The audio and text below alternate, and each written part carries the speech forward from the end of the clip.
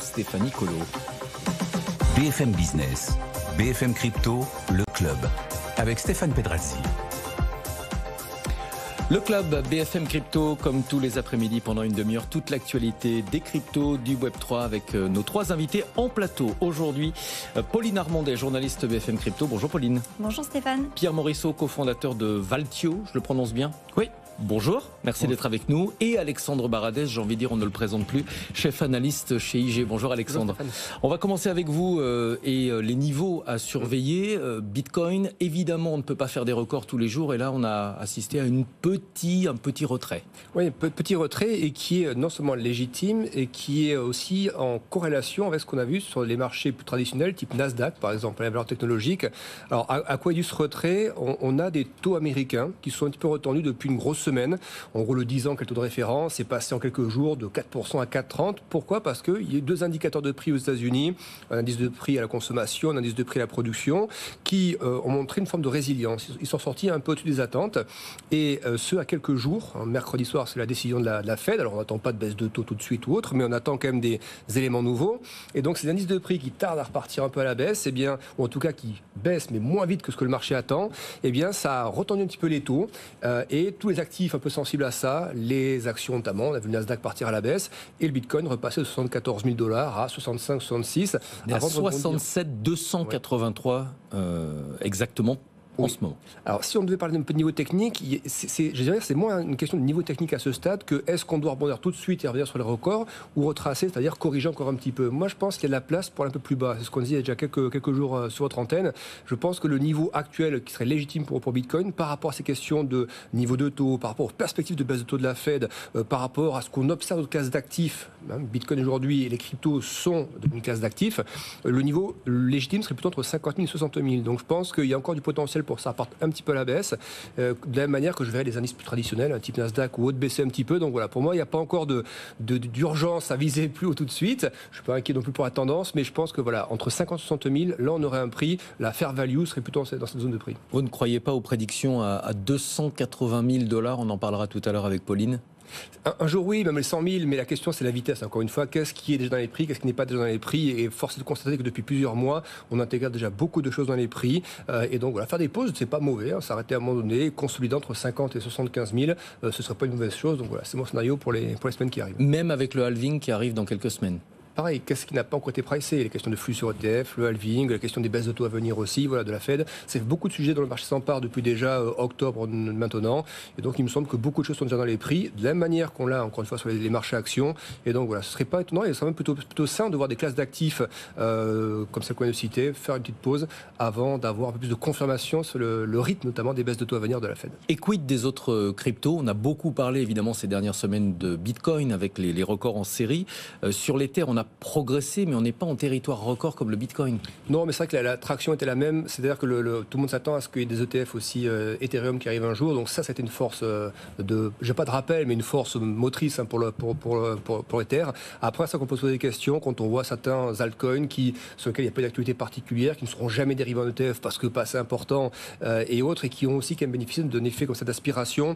Voilà, moi je trouve qu'il y a quand même quelques caractéristiques quand le retail notamment, c'est-à-dire quand les particuliers qui sont plus seulement la smart money ou autres qui rentrent sur ces actifs-là, on a eu des comportements un peu spéculatifs, je trouve, depuis 2-3 semaines, et c'est jamais mauvais si ces comportements, la monnaie refroidissent un petit peu. Donc je pense que la période est bonne, et peut-être justement que les messages qu'on aura des banquiers centraux ou autres, non pas qui ciblent spécifiquement, ça c'est pas un sujet qui les intéresse fortement, mais encore une fois par rapport à ce qu'on a vu ailleurs aussi, des records sur le Nasdaq et d'autres indices, je pense que certains chercheront peut-être à calmer un peu le ton par rapport à tout ça, pas repousser trop les baisses de taux, mais pas montrer que c'est pour demain non plus. Merci beaucoup Alexandre Baradès, chef analyste chez IG. On se retrouve tout à l'heure pour la bourse cash dans BFM Bourse. On va commencer l'actualité des crypto-monnaies avec ce classement, Pauline. Le classement des pays où les investisseurs ont gagné le plus d'argent grâce aux cryptos en 2023. C'est une étude mondiale qui nous révèle ce classement. Oui, c'est une étude faite par la société Chain Analysis et qui nous donne effectivement des éléments de réponse intéressants sur les gains des investisseurs crypto. Alors, ce qu'il faut savoir du coup, c'est qu'en 2023, les investisseurs crypto au niveau mondial ont réalisé 37,6 milliards de dollars de gains en crypto-monnaie. Si on compare par rapport aux années précédentes, 36 milliards de gains, c'est beaucoup plus qu'en 2022 où les investisseurs avaient perdu 127 milliards de dollars. Mais l'année était très particulière. L'année était particulière parce qu'on a eu différents effondrements en cascade, de la bourse crypto FTX à l'écosystème Terra Luna. Donc évidemment, ça s'est ressenti en termes de pertes. Mais par contre, on est encore loin des records des 159,7 milliards de dollars de gains en 2021, lorsqu'il y a eu notamment le dernier grand marché haussier, le bull market des crypto-monnaies. Et au niveau des pays, qui sont les pays qui sont dans le top 3, il y a les États-Unis qui ont plus de 9 milliards de dollars de gains et ils sont largement d'ailleurs devant les deuxième et troisième pays qui sont le Royaume-Uni et le Vietnam qui font un peu plus d'1 milliard de dollars de gains en crypto. La France n'est pas sur le podium, on en parlera dans un instant. D'abord un mot sur ce classement qui est publié tous les ans. Est-ce que ce sont toujours les mêmes pays qui sont en tête ? Alors, il y a les deux premiers pays du classement, donc les États-Unis et le Royaume-Uni, qui restent effectivement en tête de ce palmarès. En revanche, on voit de nouveaux pays qui émergent. En 2021, on avait l'Allemagne et le Japon qui étaient en 3e et 4e position. Et cette fois-ci, on voit l'apparition du Vietnam et de la Chine en 2023, ce qui s'explique notamment par l'arrivée aussi des pays asiatiques et notamment l'importance vraiment que prennent les crypto-monnaies pour les investisseurs asiatiques, qu'ils soient particuliers ou institutionnels. Donc c'est aussi pour ça que ces pays maintenant commencent vraiment à monter en puissance. Et la France, Pauline ? Et la France, alors là, c'est quand même un peu la petite surprise parce qu'en 2023, elle est quand même à la 16e place du classement. Pour un pays qui voulait être le numéro 1 de la crypto en Europe, on n'y est pas encore. Ouais, c'est pas tout à fait ça. Elle a réalisé moins d'1 milliard de dollars de gains, plus précisément 0,72 milliards de dollars de gains en 2023. À titre de comparaison, en 2021, la France était quand même positionnée en 8e, était en 8e position du classement. Donc on est en perte de vitesse. Oui, avec plus de 4 milliards de dollars de gains. Ouais. Donc, Pierre Morisseau, qu'est-ce qui se passe ?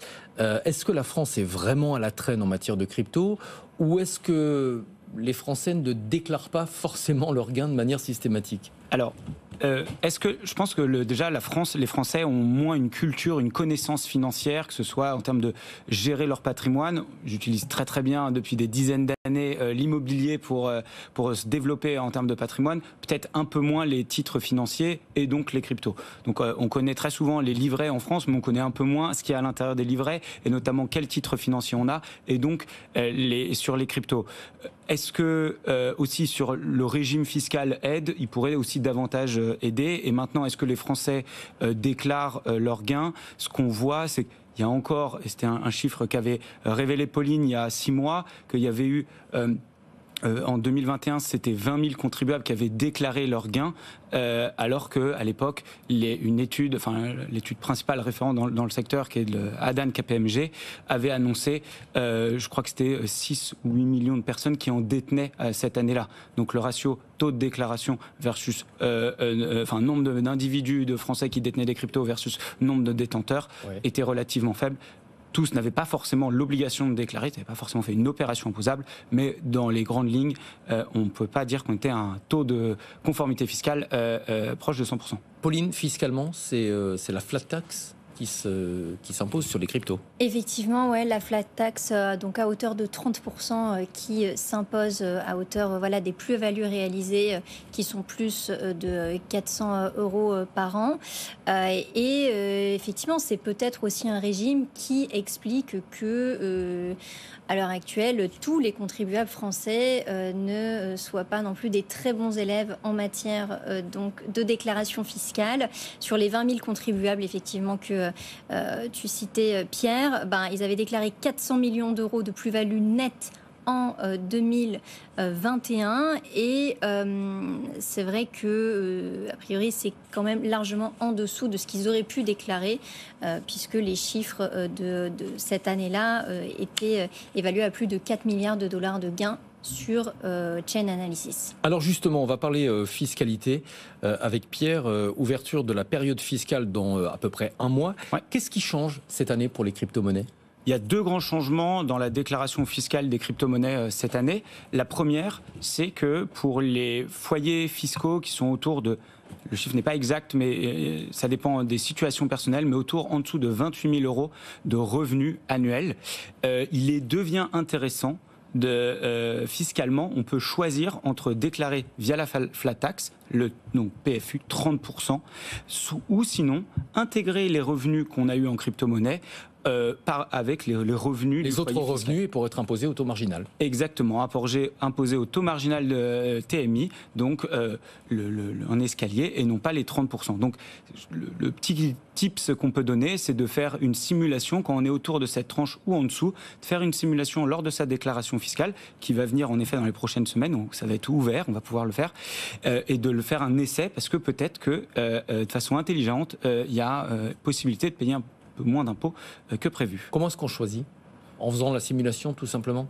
Exactement. En faisant la simulation, on peut essayer, et dans l'espace en ligne de déclaration fiscale, on peut donc simuler. Il y a un simulateur qui est live qui existe aujourd'hui, mais on peut aussi le faire lors de sa déclaration fiscale. On s'arrête juste avant de valider, et comme ça, on voit les 2 options, et on pourra le faire. Comment ça se passe ? Il y a une petite case à cocher ? Alors, pour être honnête, c'est la première année, donc on n'a pas eu, l'administration fiscale nous a pas dit exactement comment les choses allaient se passer, donc tant que c'est pas ouvert, on n'a pas exactement, on peut pas dire comment ça va être fait. Donc ça sera la grande surprise de Bruno Le Maire. Une autre. On va également revenir sur le débat de la qualification professionnelle et particulier en matière de crypto-monnaie. Comment se qualifier ? Quelle est la frontière ? Et surtout, est-ce que ça joue sur le montant de l'imposition ? C'est en effet ce qu'on voit depuis quelques mois ou même depuis l'année 2023. Il y a eu de plus en plus d'opérations qui ont été réalisées, des airdrops, des nouveaux types de revenus. On peut placer, on peut avoir des revenus complémentaires. Et donc, on génère beaucoup plus d'opérations en crypto-monnaie et au bout d'un moment, et certains aussi ont vu leur portefeuille grossir, de temps en temps arriver, on va dire même à atteindre des portefeuilles qui dépassent leurs revenus de leur foyer fiscal et de se dire, mais en fait, est-ce que je suis un particulier ou je dois le déclarer en professionnel ? Ce qu'on voit, c'est que c'est un critère, il y a un ensemble de critères, le nombre de transactions, le montant, il y en a plein d'autres et il y en a beaucoup qui sont spécifiques aussi à l'individu. Est-ce que cet individu a d'autres revenus à côté ou si c'est sa seule activité, il y a plus de chances qu'il soit perçu comme un professionnel. En tout cas, l'administration fiscale a clarifié ces critères qui sont les mêmes que ceux pour le trading d'autres actifs financiers type actions ou autres. Nous, ce qu'on dit, c'est que de façon générale, on encourage. Je sais que dans la newsletter de BFM Crypto, il y a plusieurs fois, il y a eu des articles et du contenu qui expliquaient. Nous, on a un guide fiscal qui est gratuit, qui l'explique aussi. Sinon, consultez un avocat fiscaliste spécialisé en cas de question. Vous nous parliez tout à l'heure, l'un et l'autre, des Français qui n'étaient pas forcément les meilleurs élèves en matière de déclaration. Attention, parce que la lutte contre la fraude et l'évasion fiscale est en train de s'intensifier. Alors c'est intéressant, elle s'intensifie de plein de moyens différents. Niveau européen, avec donc l'arrivée d'Acuit, moyens de coopération administrative, où en fait c'est un protocole où les plateformes d'échange, les crypto-bourses, envoient automatiquement les informations aux administrations fiscales. Ça va être mis en place dans 2 ans. Ils auront la possibilité de revenir 3 ans en arrière. Il y a aussi, on voit maintenant, l'administration fiscale, là c'est complètement hors crypto, c'est renforcer de moyens, que ce soit via l'intelligence artificielle, mais aussi la possibilité de se créer des comptes sur les réseaux sociaux pour mieux comprendre et connaître les différents profils de personnes. Donc attention en effet à ceux qui souhaitent ne pas être conformes, fraudés, et qui s'exposent sur les réseaux sociaux. Et ça, pour le coup, c'est en crypto, mais c'est aussi bien en dehors. Et on voit aussi d'autres pays, par exemple là récemment, l'Angleterre, la Grande-Bretagne, qui s'est même équipée de moyens où aujourd'hui l'administration fiscale britannique peut saisir des actifs en crypto-monnaie directement, que ce soit sur des plateformes d'échange ou tout actif, les récupérer, chose aujourd'hui qui n'est pas encore possible. Ouais, ça ne rigole pas. Voilà, exactement. Donc, ça ne rigole pas. L'autre actualité des cryptos, au croisement des cryptos et de la justice, ce sont les 40 à 50 ans de prison, Pauline, qui ont été requis contre SBF, l'ancien patron de FTX. Effectivement, c'est une durée qui a été donnée par le procureur fédéral de Manhattan dans le cadre en fait de la suite du procès de Sam Bankman-Fried, donc l'ancien patron de la bourse crypto FTX.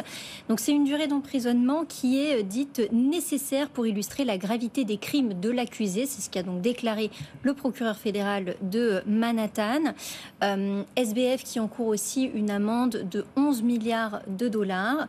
De leur côté, en fait, les avocats donc, de SBF ont demandé une peine vraiment réduite. Ils parlent plutôt de 6 années de prison. Ouais, ça change un peu la donne, entre 6 ans et 50 ans. C'est pas du tout la même chose, en sachant que à la base, le chiffre quand même qui avait été annoncé, enfin la durée d'emprisonnement aux États-Unis, qui évidemment est assez importante, c'est plutôt que SBF encourt jusqu'à 110 ans de prison.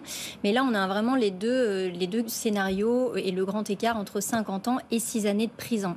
Peut-être juste pour rappeler donc, que SBF, donc, c'est un trentenaire qui était cofondateur de la bourse crypto FTX qui s'est effondrée en novembre 2022. Un an après donc, l'effondrement de sa bourse, donc en novembre 2023, SBF a été reconnu coupable de 7 chefs d'accusation dans le cadre de fraude aux investisseurs et aux clients à hauteur environ de 8 milliards de dollars. Il a vraiment fait tout et n'importe quoi avec sa bourse, que ce soit en termes d'investissement personnel ou alors d'utilisation des fonds des clients pour payer des personnalités politiques et autres. Et donc en fait, là, ce qui est intéressant, c'est qu'on a les deux versions sur la peine de prison qui peut être requise, soit celle du procureur, soit celle des avocats. Et le verdict sera connu la semaine prochaine, le 28 mars, et c'est une décision finale qui sera donnée par le juge fédéral Lewis Kaplan. Donc le 28 mars pour le procès au pénal. En revanche, il n'y aura pas de procès au civil. Oui, et ça a été décidé il n'y a pas si longtemps que ça. Dans le cadre de ce procès, les autorités américaines se sont dit en fait, on a un peu envie d'évacuer le plus rapidement possible le cas SBF. Peut-être aussi que ça fera du bien aussi à l'écosystème crypto de ne pas tout le temps parler de drame. Et donc c'est vrai que ce procès devait avoir lieu à partir du 5 mars, dans le cadre de 5 chefs d'accusation, notamment association de malfaiteurs en vue de corrompre un agent étranger et également dans le cadre de donations qui avaient été effectuées à des hommes politiques dans le cadre de campagnes présidentielles. Notamment, il avait été reproché à SBF de financer une partie de la campagne présidentielle de Joe Biden. Pierre, au-delà du cas personnel de Sam Bankman-Fried, SBF, comme on l'appelle. Est-ce qu'il n'y a pas aussi un intérêt pour la crédibilité des cryptos, que ce procès soit médiatisé pour bien montrer qu'à la base c'est une fraude et ce n'est pas un problème lié à la crypto? Tout à fait, c'est-à-dire que le monde des crypto-monnaies, c'est un monde qui est encore très entrepreneurial, où on teste beaucoup de choses, ce qui est génial parce que ça favorise énormément l'innovation. C'est quand même la première fois où on peut innover sur de la monnaie, ou en tout cas aussi facilement sur un actif financier. Et donc, il y a des abus. Et donc c'est un secteur qui, aujourd'hui, si on veut le faire rapprocher et qui serve la finance mondiale, et le rapprocher de la finance traditionnelle classique, il se doit d'être davantage structuré, d'être davantage, certes, régulé, mais aussi d'avoir aussi de tous ces moyens, ces outils de contrôle. Et donc tant mieux qu'il y ait, on va dire, une meilleure structure de ce secteur. Et des condamnations pour bien montrer que c'était une fraude. Tout à fait. Ouais. L'amalgame avait été vite fait. Certains avaient dit, vous voyez, les cryptos, c'est le Far West, c'est le royaume de la fraude. Il y a aussi des fraudes dans la finance traditionnelle. Voilà, il y a toujours eu des abus dans le monde, dans tous les secteurs, et notamment dans le secteur financier. Je trouve que l'amalgame est vraiment dommage, et un petit peu de prudence intellectuelle pour bien dissocier les profils. On en parlait brièvement tout à l'heure avec Alexandre Baradez. 280 000 $ pour le Bitcoin. C'est une prédiction un peu folle, Pauline, qui a été faite par JMP Securities. Oui, alors effectivement, c'est une prédiction qui se fait d'ici 3 ans. 3 ans, c'est rien pour passer de 70 000 à 280 000 $.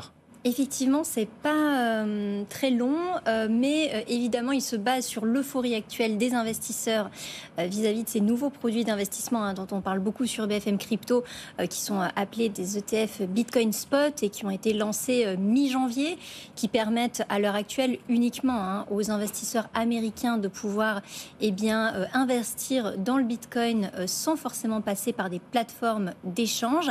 Et c'est vrai que depuis leur lancement, dès mi-janvier, il y a eu beaucoup de flux qui ont été dirigés vers le marché du Bitcoin, mais là, on a encore plus de mouvements à hauteur de plusieurs milliards de dollars d'entrées par semaine sur ce marché du Bitcoin grâce à ces produits financiers, ce qui ont d'ailleurs fait clairement enfler le cours de l'arène des crypto-monnaies. Et donc, le courtier considère que ces flux, ça ne va pas forcément s'arrêter. Les chiffres qu'il donne notamment, c'est qu'il anticipe, le courtier, que 220 milliards de dollars de flux entreront dans ces produits financiers au cours des 3 prochaines années, ce qui pourrait avoir un impact considérable sur le prix du Bitcoin. Et en gros, ils estiment qu'il y a un multiplicateur de 25% qui permettrait d'arriver à 280 000 dollars supplémentaires par Bitcoin. Vous y croyez, Pierre ? Si on prend un peu de recul, il y a quand même, ça n'avait aucune valeur, c'est-à-dire que c'était même pas échangé il y a quasiment 15 ans. Donc quand on se dit qu'on prend un peu de recul et qu'on voit que ça valait quelques euros, quelques dollars, puis quelques centaines, puis quelques milliers, puis quelques dizaines de milliers, en effet, le projeter à quelques centaines de milliers ou quelques millions, quel que soit l'horizon, plusieurs années ou décennies, en tout cas, ça suit une certaine cohérence. Donc c'est complètement possible. Après, combien de temps ça va prendre ? Phénomène intéressant sur la hausse récente de Bitcoin par rapport au halving. D'habitude, la hausse suit le halving. Cette fois-ci, on l'a largement anticipé. Comment est-ce que vous l'expliquez ? Alors, je suis incapable d'expliquer exactement la hausse ou les causes ou les raisons d'une hausse. Ce qui est intéressant, c'est que si on compare avec l'intérêt sur les actifs numériques pour les particuliers, on voit qu'il y a l'augmentation n'est pas croissante. C'est-à-dire à quel point les crypto-monnaies sont mentionnées sur les réseaux sociaux, les recherches Google aussi sont loin de 2021 ou même loin de fin 2017. Donc en fait, cette hausse, elle est beaucoup plus drivée par, justement, on revient sur cette structuration de ce secteur, les ETF, les institutionnels, qui investissent avec des moyens bien plus importants que les particuliers, et notamment les plus jeunes, et donc qui participent à cette hausse. Avec des conséquences quand même assez palpables, cette hausse récente de Bitcoin. On a vu arriver pas mal de touristes sur le marché, des gens qui n'y connaissent pas grand-chose et qui ont parfois des comportements un petit peu erratiques. Et puis, on a vu aussi des grands noms de la finance qui ont retourné leur veste, notamment des grandes banques américaines qui n'étaient pas forcément favorables aux crypto-monnaies et qui ont fait des déclarations en ce sens. Je pense notamment à Jamie Dimon, mais c'est pas le seul, qui soutiennent les cryptos. Vous pensez que Bitcoin est en train de s'institutionnaliser ? Pierre, Pauline ? Déjà, je pense que un individu ou même une organisation, donc une entreprise, qui n'a pas une petite partie de son patrimoine, une petite partie de sa trésorerie en crypto-monnaie, ou en tout cas, j'entends vraiment les principales ou en Bitcoin, c'est une erreur. C'est une erreur, en tout cas, d'un point de vue très long terme. Et donc, le potentiel est absolument colossal. Je pense que c'est vraiment la plus grande révolution financière qu'on est en train de voir. Donc, sur c'est cohérent que certains apprennent de leurs leçons et donc se disent, ou en tout cas fassent évoluer leur communication. Je tiens quand même aussi à dire, il y a un certain nombre de grandes banques américaines qui ont eu des communications pas très positives à l'écart de Bitcoin. Puis par contre, si on regarde leurs books, il y a quand même des lignes. Ils ont investi dans des sociétés. BlackRock, c'est incroyable l'étendard, le panel de sociétés dans lesquelles ils ont investi sur toute la ligne des activités autour de Bitcoin. C'est quoi la prochaine étape ? Les banques centrales ? Le discours a un petit peu changé quand même. Rappelez-vous, Christine Lagarde, il y a encore 1 an et demi, était farouchement opposée. On ne peut pas dire qu'elle soutienne Bitcoin aujourd'hui, mais sa position a quand même évolué. On peut comprendre leur position, c'est une monnaie concurrente. Elle refuse de parler de monnaie, elle parle de crypto-actifs. Mais est-ce que c'est la brique qui manque pour institutionnaliser vraiment Bitcoin, c'est-à-dire la reconnaissance d'une certaine manière de la part des banques centrales ? En tout cas, il y a plus en plus je pense qu'il y a des chances que beaucoup d'individus ou de sociétés vont détenir du Bitcoin ou des grandes cryptos sans même le savoir. C'est-à-dire que à travers des produits structurés ? Exactement, à travers des intermédiaires financiers, des produits structurés. Et donc, ça va petit à petit intégrer ce monde financier traditionnel, classique. Et donc, c'est justement, en tout cas, il est possible que ce soit une des tendances à long terme. Merci beaucoup à tous les deux. Pauline Armandet, journaliste BFM Crypto, et Pierre Morisot, cofondateur de Valtio. Je vous rappelle, Bitcoin, le cours actuellement 67 451 $. On est un petit peu redescendu des sommets de la semaine dernière. Évidemment, la progression depuis le début de l'année reste quand même spectaculaire sur la star des crypto-monnaies. La bourse, dans un instant à suivre, le CAC est en recul de 0,2%. L'ouverture des marchés américains dans un petit peu moins de 3 minutes. C'est à suivre en direct sur BFM Business. À tout de suite. BFM Business, BFM Crypto, le club.